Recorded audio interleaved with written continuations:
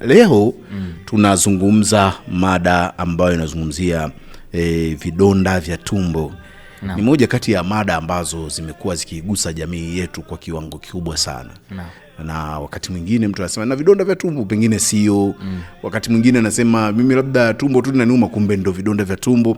Ninaamini leo hii kwa uwezo wa Mwenyezi Mungu utakata mzizi wa fitna, kwa maana kuelezea vidonda vya tumbo ni nini na ni namna gani ambavyo vinaweza vikaleta madhara kwa mwanadamu kama ambavyo inafahamika. Inshallah.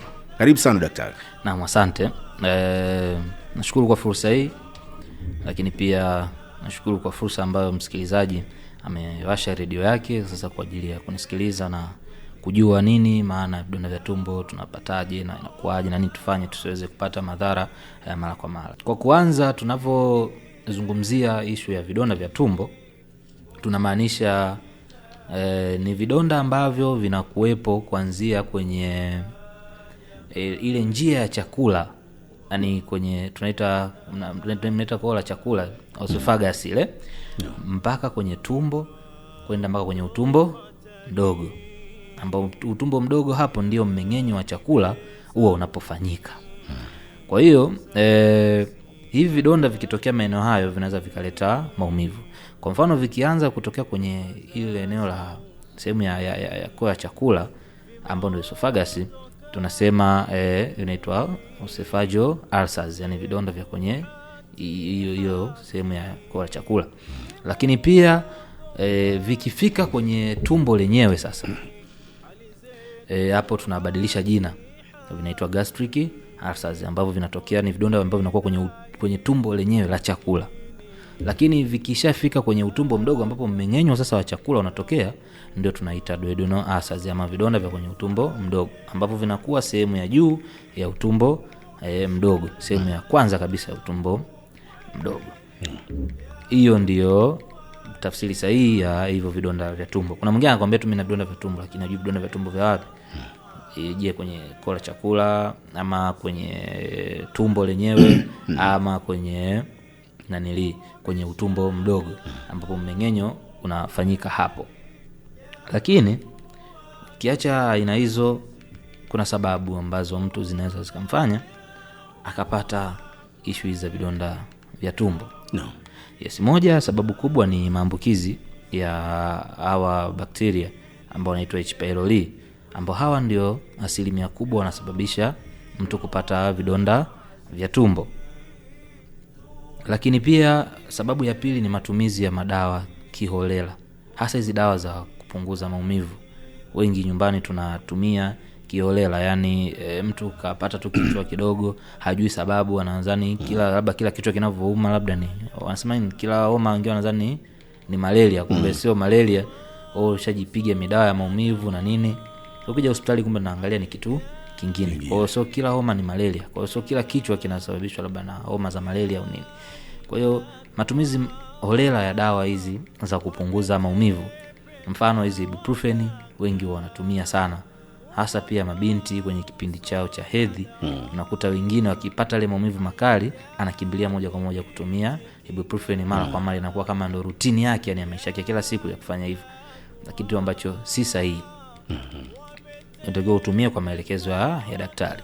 Lakini dawa nyingine mfano zile aspirin, wale ambao wanapata changamoto ya maumivu sasa kwenye maeneo ya kifua na nini, unakuta mwingine anamwambia nenda tu aspirin meza, bila kujua kwamba baadaye inaenda kusababisha matatizo, kwa sababu hizi dawa huwa zina tabia ya kuchimba sehemu ya kuta za tumbo. Umeona, ama kuta ya sehemu ya hiyo ya chakula, lakini sasa kwenye kuta za tumbo. Kwa hiyo zikichimba pale sasa ndivyo zinapotengeneza nini, hicho kidonda cha tumbo. Umeona, kwa ndio maana tunasema matumizi holela ya hivi vitu hayaruhusiwi. Lakini sababu ya tatu ni maisha yetu wenyewe, namna yetu ya kuishi, lifestyle. Ambapo moja hapa tunaangalia masuala mazima ya uvutaji wa sigara. Mtu ambaye ana tabia ya kuvuta sigara sana, asilimia kubwa wengi wanakuja kupata ili tatizo la vidonda vya tumbo. Na hasa wengine kama anavuta sana sigara lakini pia anakunywa sana na pombe, pombe kali, unakuta baadaye wanaanza kupata vile vidonda vya sasa kwenye ile koo la chakula ambako kwenye esophagus. Baadaye vile vinaenda mwisho siku inaanza kutengeneza kansa ya kwenye hiyo esophagus. Ambapo sasa ndo baadaye wanakuta mtu anaanza kuwa na zile complain ama malalamiko ya kuhisi chakula labda kipiti vizuri, au anahisi ana kikohozi ambacho hakiponi, mara akila anaanza kuumia kwenye koo akiwa anameza chakula vile. Mwisho wa siku mara hakipiti chakula wala hakipiti maji wala nini. Naona ndo wale mwisho wa siku dakika za mwisho tunaanza kuanza kualisha kwa mipira. Lakini sababu kubwa ni pombe hizi kali kupita kiasi mtu anakunywa, lakini pia matumizi ya sigara kupita kiasi. Lakini miongoni mwa inasababisha vidonda vya tumbo, lakini pia madhara yake usipotibu pale, kwa mfano vidonda vikitokea kwenye hilo ambao ni mara chache sana huwa vinatokea kwenye hilo eneo la kola chakula, lakini mara nyingi ni kwenye tumbo na utumbo mdogo. Lakini inapotokea pale sasa juu, huyu mtu akishindwa kufanya taratibu za haraka kwenda kutibiwa, mwisho wa siku huwa inampelekea kwenye matatizo hayo mengine kama ya kansa ya koyo na kadhalika. Sasa lakini kitu kingine, matumizi makubwa ya kahawa ama vinywaji vyenye asili ya kahawa, hivi pia huwa vinasababisha sana kupata shida ya vidonda vya tumbo. Lakini kitu kingine, mawazo, stress za hapa na pale. Kwenye maisha ya binadamu hatuwezi kuzuia mtu kuwa na stress, si ndivyo? Lakini tunachotakiwa ni kupunguza kiasi cha hizo stress. Hata kama zipo, lakini tuone namna gani sasa tunaweza tukapunguza hizi stress.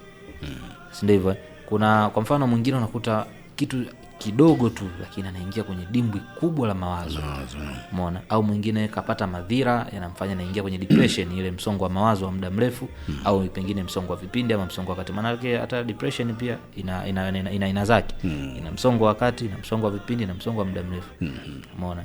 Msongo wa kati, nikianza na msongo wa vipindi, huu msongo wa vipindi wenyewe unakuja kwa kipindi fulani. Kwa mfano wakina mama saizi hasa ikifika mwisho wa mwaka ama sikukuu manini, lakini wakifikiria tena mwakani mtoto anatakiwa rudi shule, ada si nini. Kwa hiyo hichi ni kipindi. Kwa stress pale wazazi huwa inakujaga kwa asilimia kubwa. Mtoto mama anawaza, mtoto pengine anaweza kaa wazi ametulia, lakini wazazi wanakuwa wanafikiri kwa kiasi kikubwa. Lakini baada ya hicho kipindi kupita, ile stress inakuwa imeondoka. Kwa hiyo tunataka msongo wa vipindi. Sawa. Au watoto wakiwa wanaingia kwenye mitihani, labda wanakaribia kwenye mitihani, unakuta kwa kipindi kile pale anapata ule msongo wa vipindi kwa sababu ya mitihani. Lakini baada ya mitihani kuisha, stress ile inakuwa au inakuwa sikukuu imekaribia lakini hajanunuliwa nguo. Turudi kwenye masikukuu haya, yamefika sikukuu hajanunuliwa nguo. Anaona watoto wa jirani zao pale wamenunuliwa nguo mpya. Kwa hiyo mtoto anapata ule msongo wa kipindi kwa wakati ule. Sawa. Lakini msongo wa kati huu unatokea inawezekana ikachukua muda kidogo kutokana na, kwa mfano labda mtu amefukuzwa kazi ghafla tu, au kutokana na fitna makazini. Wengine amepata labda amekosa hajafanya, lakini kutokana na fitna ameonekana yeye mwenye hatia, ametolewa. Kwa muda ule anaweza kana pitia huo msongo wa mawazo, lakini akishapata kazi tu basi huko inakuwa imeisha. Lakini msongo wa muda mrefu ambao sasa ndo huo ni mbaya zaidi. Hii huwa inatokea wale ambao katika maisha yake alishapata changamoto au pengine katika makuzi yake. Kwa mfano labda binti alibakwa akiwa mtoto. Kile kitu kitabaki kwenye akili yake mpaka anaingia kaburini. Kwa hiyo atakapoona tu mwanaume amemuita katika ukubwa wake kwenye mazingira ambayo atamfanya yeye ahisi hayako sawa, yani kwa mfano labda mwanaume amemuita kwenye sehemu za faragha, na akikumbuka alishawahi kubakwa kwenye mazingira namna kama hiyo, waga inawatibua sana, inarudi ile picha. Au unakuta labda mtoto akiwa mdogo mzazi alikuwa anamchapa sana, yani anamchapa sana. Akifika sasa shuleni, ndio nasema mtoto wangu mbona haelewi shuleni, lakini kumbe wewe wakati unamlea mwanzo akiwa bado hajaanza shule ulishamlea vibaya. Mtoto ulikuwa unampiga kupindukia. Kwa akifika shule akiona tu mwalimu ameingia na fimbo ameishika mkononi, ile akili inarudi na kwa hawezi pale kuconcentrate na masomo kabisa. Anajua hapa kuna kipigo. Anajua kuna kipigo tena. Kwa sababu gani? Yaani mtoto unavyoanza kumuingizia kitu akiwa mdogo ndivyo anakuwa nacho. Umeona? Kwa hiyo pia hizi stress za namna hii, na mtoto anaishi na hii hali, inaweza ikaenda mpaka ikamsababisha akapata vidonda vya tumbo. Na hivi vichagui umri, vinamtokea mtoto, vinamtokea mtu mzima, vinamtokea mzee. Sio kwamba ni magonjwa tu ya watu wa rika fulani, ni wote wanaweza wakapata ishu ya vidonda vya tumbo. Kwa hiyo tujitahidi kuzimanage hizi stress ama mawazo, kuna kuangalia namna gani tunaweza tukawaokoa watoto ama sisi pia wenyewe kujiokoa na mawazo ambao hayana msingi ama hayana sababu ya kuwa na mawazo. Kwa hiyo itatusaidia sana kupunguza vidonda vya tumbo. Sawa. Lakini kama nilivyosema, matumizi ya hizo dawa, pia vyakula. Ndio. Hapa kwenye vyakula ni sababu pia vidonda vya tumbo. Hasa vyakula ambavyo tunasema vyakula vyenye viungo vingi ama mafuta mengi. Hapa unakuta kuna watu katika maisha yao kwa wiki yani kula pilau imekuwa ni lazima. Ale pilau, ale biriani, yani kila siku.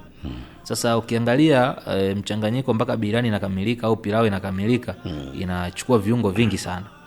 Matumizi holela ya hivi vitu au kula vyakula vya namna hii huwa vinasababisha kupata vidonda vya tumbo hapo baadaye. Lakini pia vyakula vyenye asili ya asidi ama matunda yenye asidi kwa wingi. Umeona? Kwa mfano mwingine labda wanaoenda kwenye hoteli makubwa, kuna kitu wanaita sweet cocktails zile. Unakuta wengine wanaikiwa na limao sio nini hivyo. Limao kiasili na asidi kwa wingi sana. Umeona?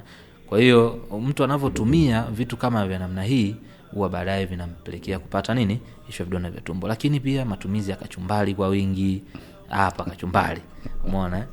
Yaani kwa wingi. Unajua unajikuta anacheka, lakini napenda kachumbari. Sasa unakuta baadaye unaingia kwenye madhira kama si wote, lakini baadhi yao wengi wanapata madhira namna hiyo. Lakini pia matumizi ya pilipili kupita kiasi. Hapa pia wengi wanadondokea kwenye hii shida za vidonda vya tumbo. Ndio hivyo. Lakini pia hizi wanaita hizi spice food hizi kama nyama choma sio nini hizi. Mkiwa wanakula kwa wingi sana. Unaona? Sasa lakini pia hivi bites vyenye asili ya mafuta kwa wingi. Mfano vikaranga unaruhusiwa kula kwa sababu inasaidia kupata protein, lakini pia inaongeza mafuta mwilini. Lakini kinachozuiliwa hapa ni kula kwa wingi sana. Umeona? Kula kwa kiasi. Na ndio maana hata maandiko kwenye imani yetu yanasema tufanye vitu kwa kiasi na tule kwa kiasi chetu. Si ndio hivyo? Kwa sababu ukiwa unakula tumbo lina sehemu tatu. Kuna sehemu ya chakula, sehemu ya maji na sehemu ya hewa. Sasa sisi tunapokula tunamaliza kote kwenye chakula. Unabakisha kwenye hewa kidogo. Sasa inakuwa inaleta shida. Wakati wanazungumza hivyo, hekima yake ndio ilikuwa kama kuepuka haya matatizo baadaye. Sawa. Umeona? Kwa hiyo lakini kitu kingine tujitahidi kwenye muda wa kula. Tumbo unavyolizoesha ndivyo linavyofuata. Kwa mfano ushazoea kunywa chai saa 4 asubuhi. Ndio. Chakula cha mchana ushazoea kula saa 7. Cha usiku ushazoea kula saa 2. Tumbo lile linafuata vile vile. Okay. Sasa nini kinatokea? Inapofika saa 4 ujanywa chai. Mwili huo unatengeneza hiyo asidi ambayo inaenda kusaidia kumeng'enya chakula kwenye tumbo.